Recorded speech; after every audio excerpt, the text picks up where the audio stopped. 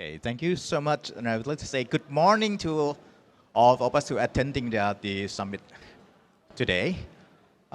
First of all, I'd like to thank the organizer for inviting us to present the work of the SEAMEO and the AI in the Southeast Asia region.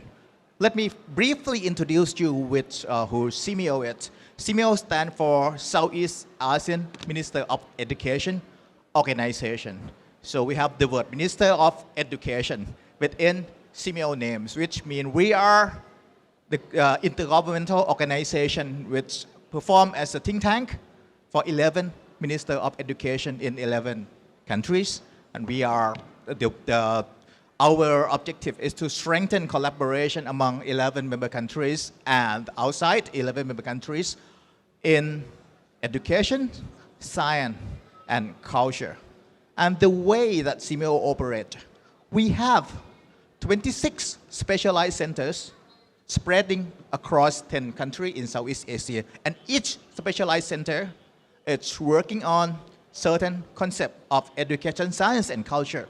We have some centers working on the student with special need, some center working on the agriculture, some center work on the health education. And for our center, SEAMEO STEM Ed, you can guess, we are specialized in STEM education. And one of the STEM education that we are working on, it's the T inside STEM, it's technology. So when AI coming into education, it's the work of SEAMEO STEM Ed, who need to catch up with the technology and try to utilize artificial intelligence technology in education. Well, the first thing I would like to say is that artificial intelligence has the transformative power to change the world of education. And any countries who could recognize and embrace the transformative power of artificial intelligence in education will be well positioned in terms of helping their citizens to become prosperous in the incoming future.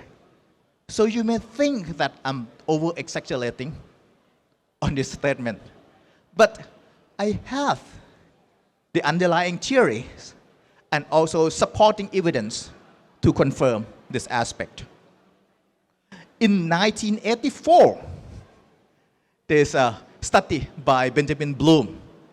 The title of the study is called Two Sigma Problem. What Benjamin Bloom demonstrated in this experiment, he showed us that average student who study using one-on-one tutoring, which is the performance is here, and the green one, will perform significantly better than students using traditional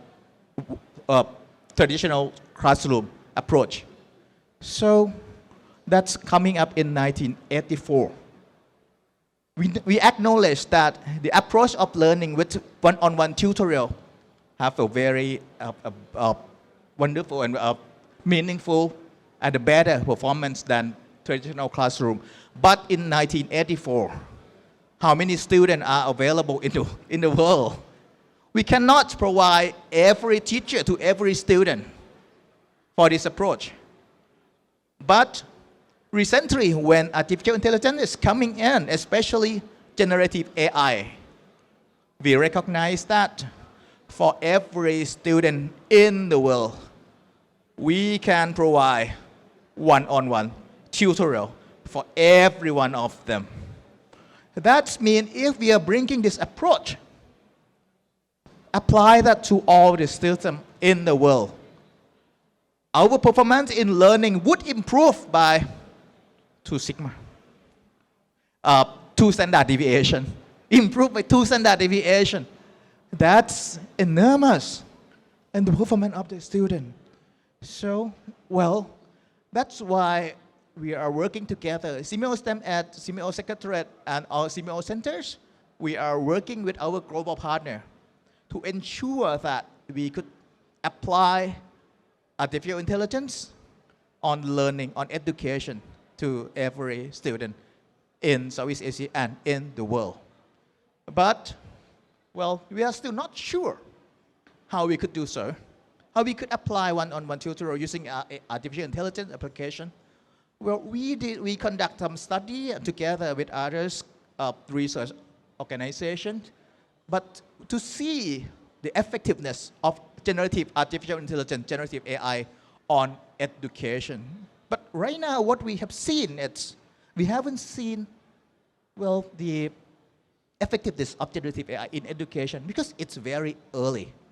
And the study of the effectiveness on generative AI within education setting is exploratory in nature rather than have extensive empirical evidence at this stage. So what we need is more research, more understanding of how we can use generative AI to help in terms of one-on-one tutorial. And one of the good application of generative AI on the education setting, which we are observe closely, it's the one from Khan Academy, which is called Khan Miko. I will explain to you later what is inside Khan Miko. But the effectiveness of generative AI, one of the example of the effectiveness of generative AI, it's this research conducted by Mitsumoto and Iguchi in 2023, very recently. They used generative AI to measure the performance of the student in writing in TOEFL test. So they're comparing the result of generative AI in assessing the student writing, comparing with the expert who assess those tests. And the performance shows that generative AI is not much different from the expert. That means generative AI like ChatGPT, GPT-4 can help in terms of grading essay writing. So you don't, it can replace expert in evaluating the writing of the student. There are many different ways to monitoring the success, the effectiveness of AI in education setting. Well, mostly the research recently has monitoring teacher and student satisfaction. So only the perception of whether generative AI is helpful. It's the way that we are understanding, we are seeing the research on this. But in terms of learning outcome, still we cannot see clearly if the generative AI would help to improve the learning outcome. And the other thing is engagement and motivation. There are also the different ways to measure the effectiveness. And also there is other issue on the accessibility and inclusivity. On the perception, there are a lot of research on perception of AI, such as, for example, this one is coming out recently. The perception, the student was seeing that the generative AI is like an upgrade version of Google. They can ask anything, they can, well, interactively discussing with the generative AI. It's like a Wikipedia, interactive Wikipedia. So it's more beyond the research, the equipment that they use to search for information.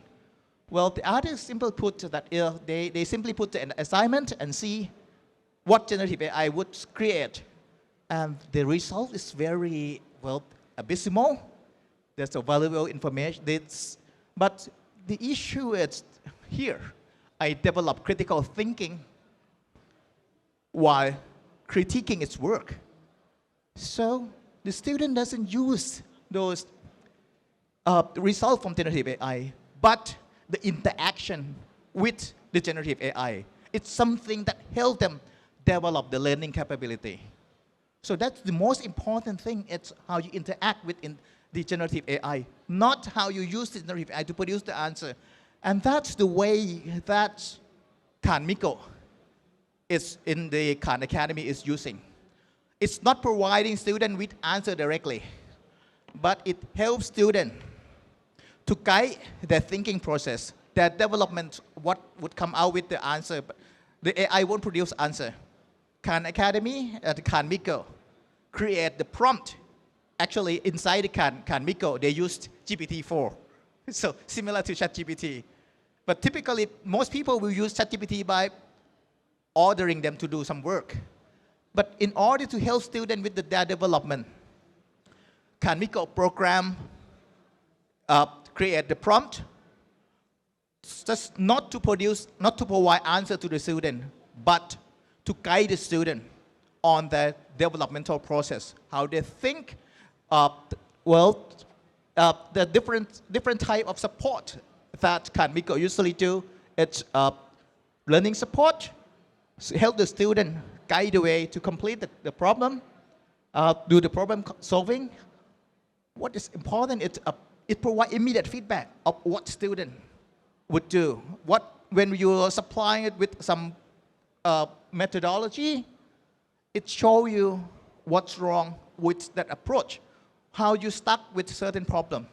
And the important thing is they try to identify any misconception that you might have, the student might have, and then try to resolve this misconception.